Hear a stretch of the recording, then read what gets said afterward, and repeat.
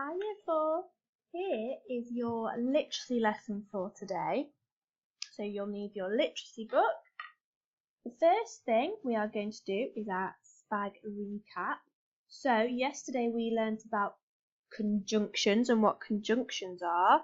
So just have a think for a second and try and remember what is a conjunction. You might want to pause the video so you can have a think. What is a conjunction?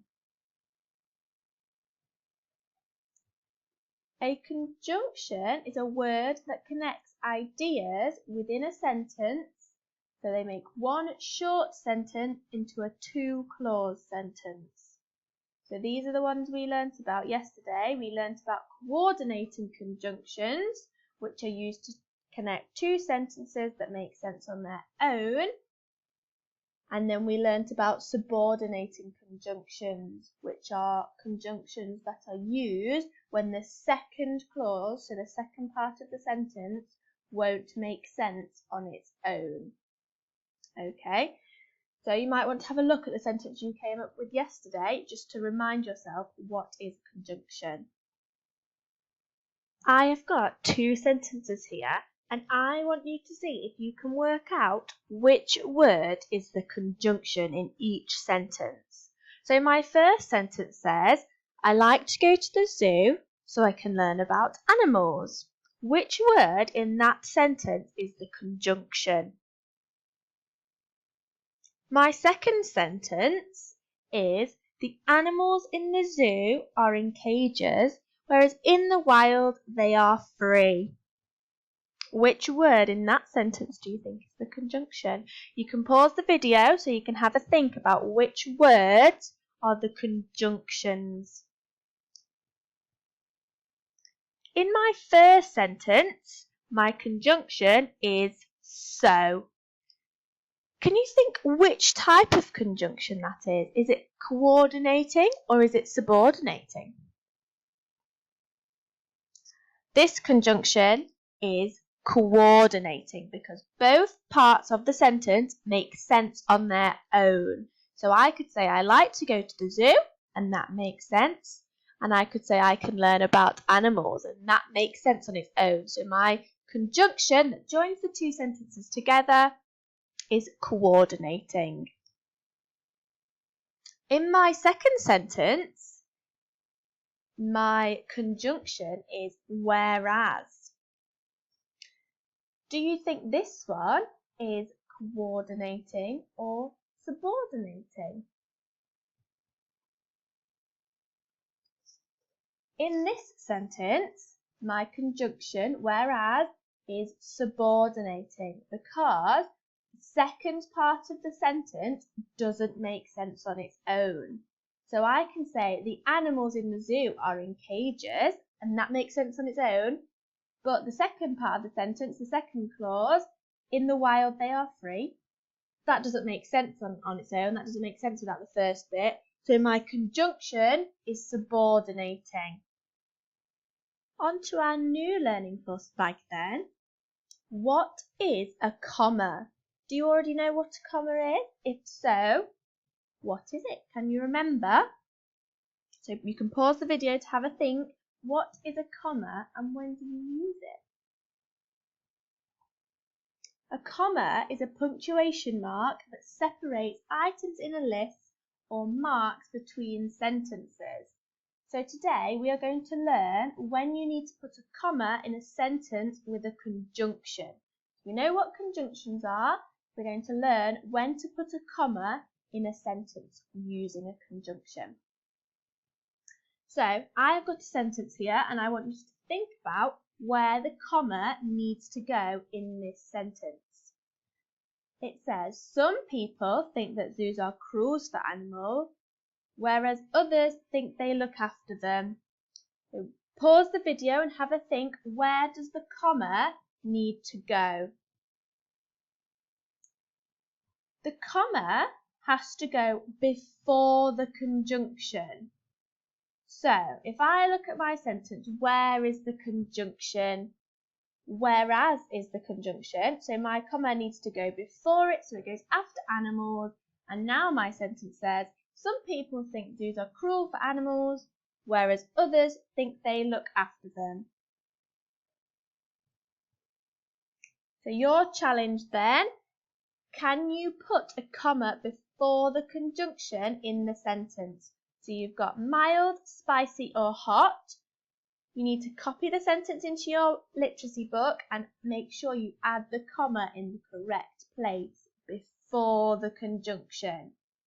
So the first sentence for mild is we visited the zoo, but it was busy.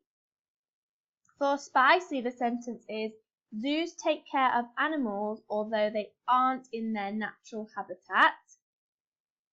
And for hot, it's animals in zoos get fed a healthy diet, however they don't get to hunt for their food. So you need to pause the video now and have a go at your chili challenge.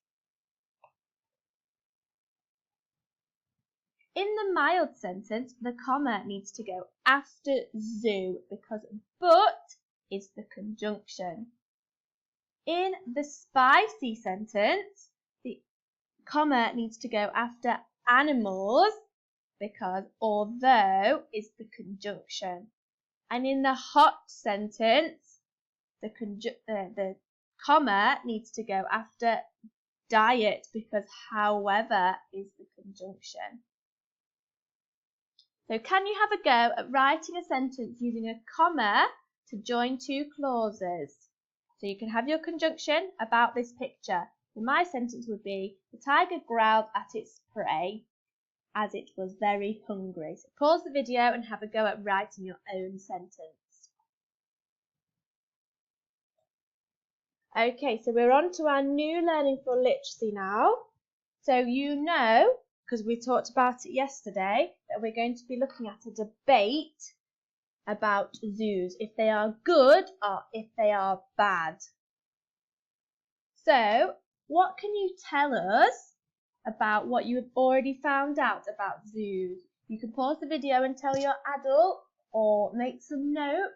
But what do you already know about zoos? What did you learn yesterday? What did you know before? So pause the video and make some notes or talk to your adult. So today our learning objective is to summarise. Yesterday we learned lots of reasons for why zoos are good places and why they should be kept open. But now we need to try and summarise those opinions. So have a quick recap yesterday of the reasons you wrote down. You should have got a list or a brainstorm in your book of some reasons why zoos are good. We're going to summarise those, so you need to make sure they're fresh in your memory. Here we have got this little boy's opinion. He was a visitor at the zoo. He went to the zoo and he's told us his opinion. He said zoos are the closest place for us to watch animals that we didn't know about. We can learn about those animals and see them not in the book but in real life. People say that animals can feel uncomfortable at the zoo, but actually they seem to be having fun and don't really care about us. The zoo is the only place we can see and watch animals that we only see in books. So, have a think, what is his opinion? He's saying that zoos are good, but why does he think they are good? So pause the video and have a think about what he is saying. So now it says, can you summarise it? So we need to have a go at trying to summarise his opinion. To do this, we are going to pick out the key parts of what he said. So he said one of the good things about zoos is that you can watch animals that you didn't know about. So that's one of the key things that he says zoos are good for.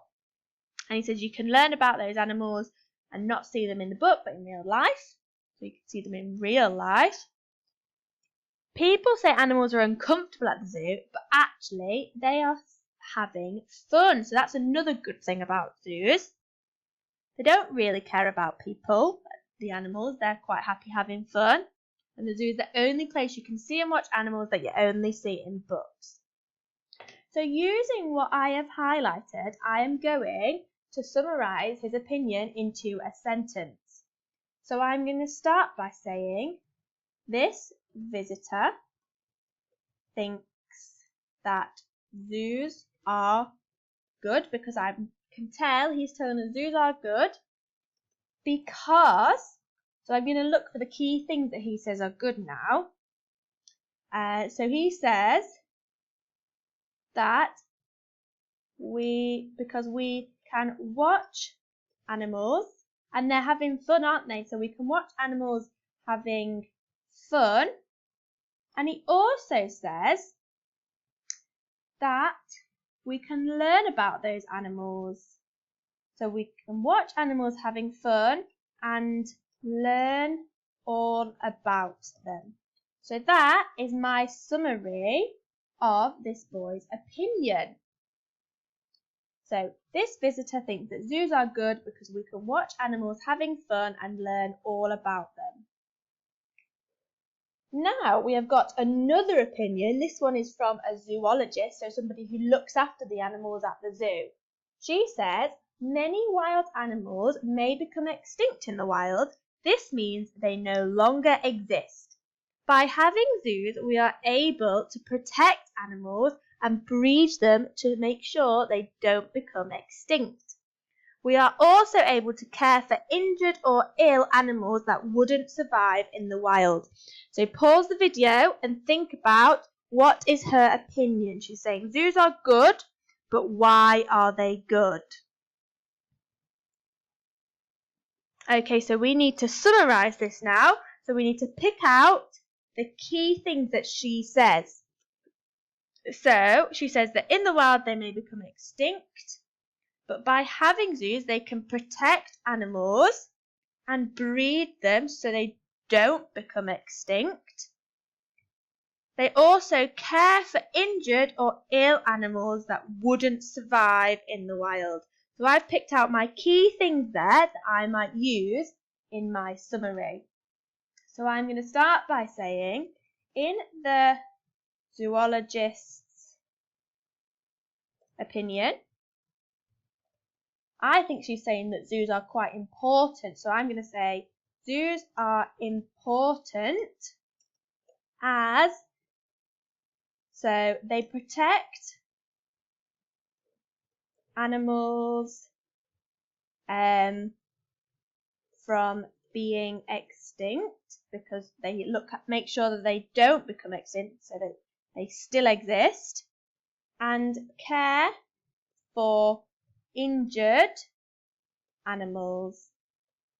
So my summary says that in the zoologist's opinion, zoos are important as they protect animals from being extinct and care for injured animals. So your task is to look at the opinions on your sheet. You need to read the opinion and then summarize it into a sentence. So you need to highlight the key points and then use those to make your sentence. You can set it out like this, so you've got your date and learning objective. It doesn't matter if you've got your SPAG on that page as well, just put your learning objective further down. So you can put the name and underline who the opinion is, and then underneath goes your sentence summary.